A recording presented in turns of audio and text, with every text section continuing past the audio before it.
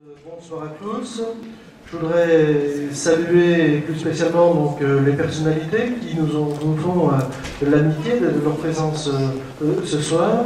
Monsieur le préfet, monsieur le sénateur président du Conseil général, monsieur l'inspecteur d'académie, le député de la circonscription, monsieur Xavier Breton, et puis nous avons Séverine Mayel, la directrice de l'école maternelle, qui est ici à leur côté. Je voudrais remercier aussi mes collègues maires, soit du canton, de la communauté de communes, remercier toutes les personnes qui se sont jointes à nous ce soir. Excuser par contre Sylvie Guachavant, notre sénatrice, qui était grippée et qui s'est excusée au dernier moment. Excusez messieurs Gobet et Montchanin, principaux adjoints du collège de Césaria, Daniel Brochet, président de la commune de Tréfort et maire de Dron, et remercier, je l'ai oublié, madame Freya Mietto, inspectrice de l'éducation nationale, chargée de la circonscription de Bourg 2, j'ai cru comprendre encore pour quelque temps.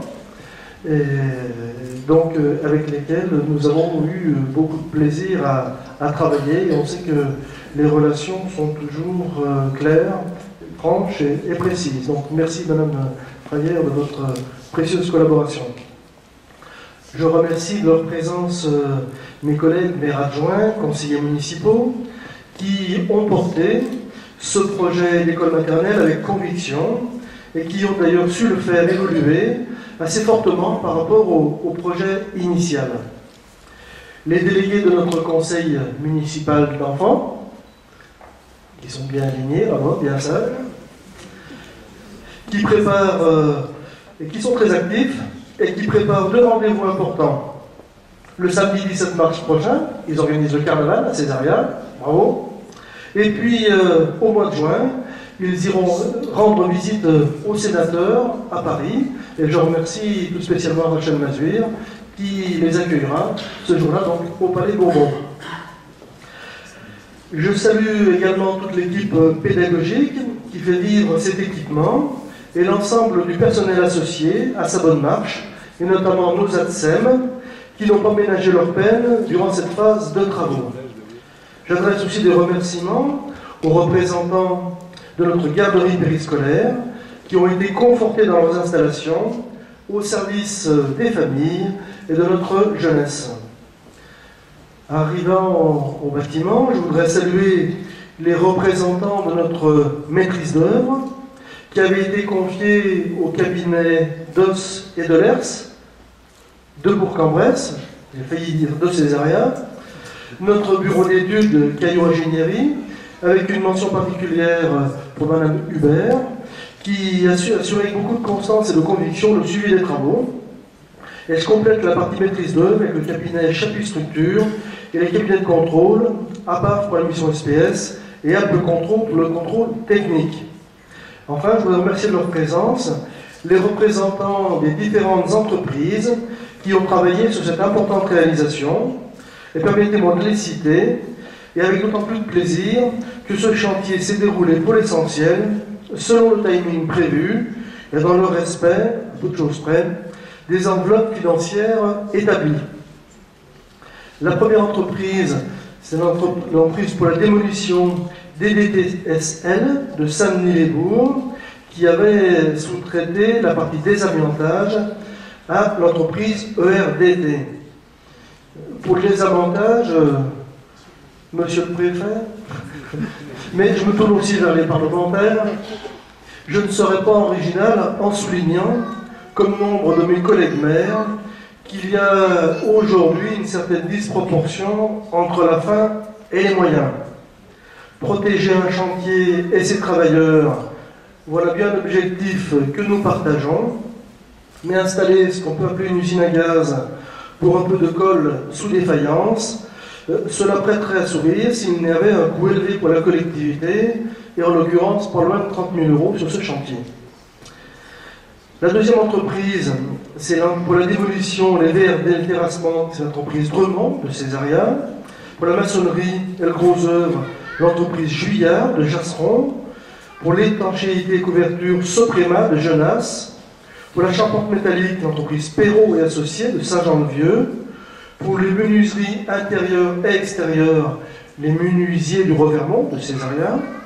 Pour le revêtement de façade, l'isolation plâtrerie peinture et les plafonds, l'entreprise Ardito Jacquet de Sertine. Pour les bardages bois, l'entreprise Humbert de Bourg-en-Bresse. Pour le carrelage et les faïences, les carrelages de haut budget à Isère-Nord. Pour les sols souples, l'entreprise Framinet de Poncin. Pour la plomberie sanitaire, chauffage, ventilation, l'entreprise Brachet-Comtet de Bourg-en-Bresse.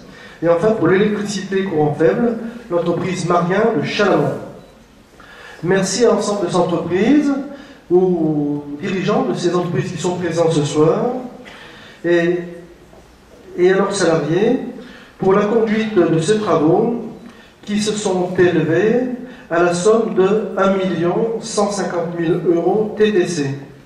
Et en prolongement, et au nom de notre conseil municipal et de la population de Césaria, je remercie les collectivités qui nous ont apporté leur soutien.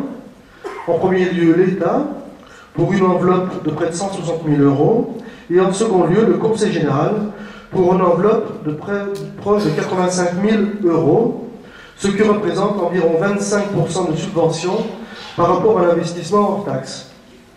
Le solde ayant été financé à la fois par nos fonds propres et par un emprunt auprès de la Caisse d'épargne Rhône-Alpes.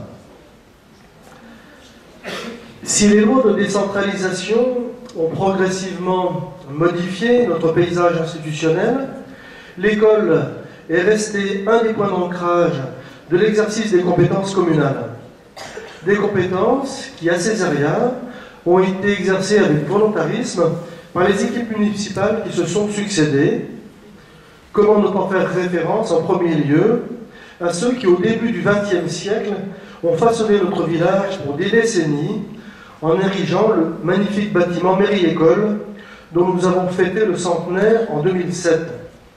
Les élus avaient été en ce point visionnaires qu'il fallut attendre le début des années 1970 pour qu'une nouvelle étape soit franchie avec la réalisation de cette école maternelle dont nous inaugurons aujourd'hui la rénovation et surtout l'extension. Je voudrais évoquer la mémoire des maires de l'époque qui ont porté ce projet, Émile Bouvard puis Albert Métra. Émile Bouvard était alors conseiller général de ce canton, et je voudrais saluer tout spécialement son épouse, qui fut la première directrice de cet établissement. Merci Madame Bouvard d'avoir pu venir à ce rendez-vous. On peut l'applaudir.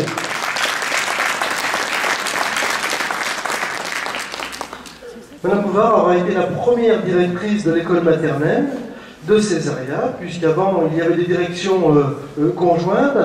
Et elle nous rappelait tout à l'heure un détail qui peut prendre son importance dans le contexte actuel.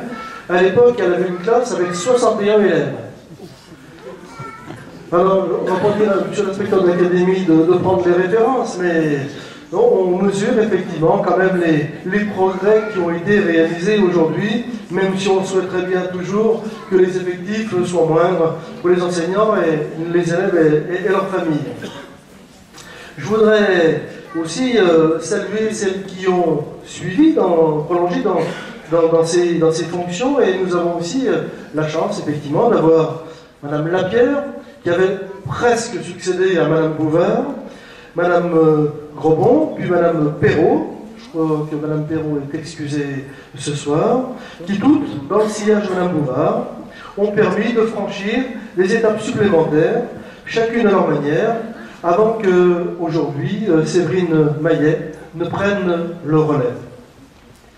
Avant d'aborder les travaux réalisés, il me semble important de les situer dans le cadre d'investissements majeurs, tournés vers l'enfance et la jeunesse, qui ont été réalisés sur le territoire de notre commune depuis ont toutefois fait l'objet d'une attention suivie au fil des années, avec des réflexions très régulières au cours de toutes ces années, en même temps qu'avait été réalisée une isolation extérieure à l'aube des années 90. Le parti pris a toutefois été d'aller très au-delà d'une simple rénovation, puisque les travaux aboutissent à la mise à disposition on peut le dire, d'un nouvel ensemble à la fois neuf et cohérent, et pleinement adapté, nous l'espérons, aux décennies à venir. C'était un projet que l'on a souhaité ambitieux, en termes de capacité, puisqu'il offre 4 classes supplémentaires, une extension pour l'accueil des petits en garderie, un projet ambitieux en termes de fonctionnalité, car cela permet d'améliorer le fonctionnement au quotidien de la vie scolaire des enfants, pour la sieste, pour les jeux. Un pari ambitieux sur le plan architectural. Je remercie plus spécialement messieurs Doss et Delers pour la qualité de leur projet et puis l'investissement qu'ils ont eu à titre personnel dans cet aménagement, puisque nous avons un projet qui s'intègre parfaitement dans l'environnement, un environnement qui, il est vrai, était bien connu des lauréats de la consultation. Et un projet ambitieux, enfin, sur le plan de l'environnement, puisqu'il a été fortement travaillé avec le souci du confort des enfants, mais aussi celui et surtout des économies d'énergie.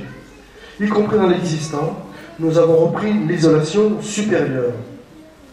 Je voudrais simplement conclure en rappelant que notre école maternelle est un des éléments du développement de notre territoire, en même temps que celui de notre collectivité, directement, mais aussi très souvent dans le cadre intercommunal, mène des actions dans le domaine économique, dans celui du logement, et plus largement dans celui de l'amélioration de notre cadre de vie.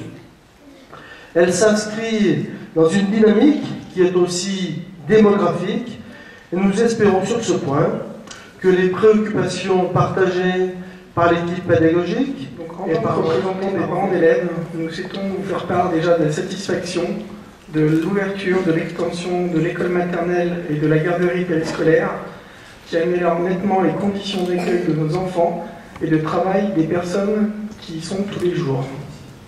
Monsieur le maire a bien rappelé que c'est un lourd investissement pour la commune de près de 860 000 € et que ce lourd investissement aujourd'hui est légèrement en danger. Nous avons une inquiétude quant à la fermeture conditionnelle de la 5e classe, puisque la carte scolaire qui a été votée hier nous met dans l'incertitude la plus totale.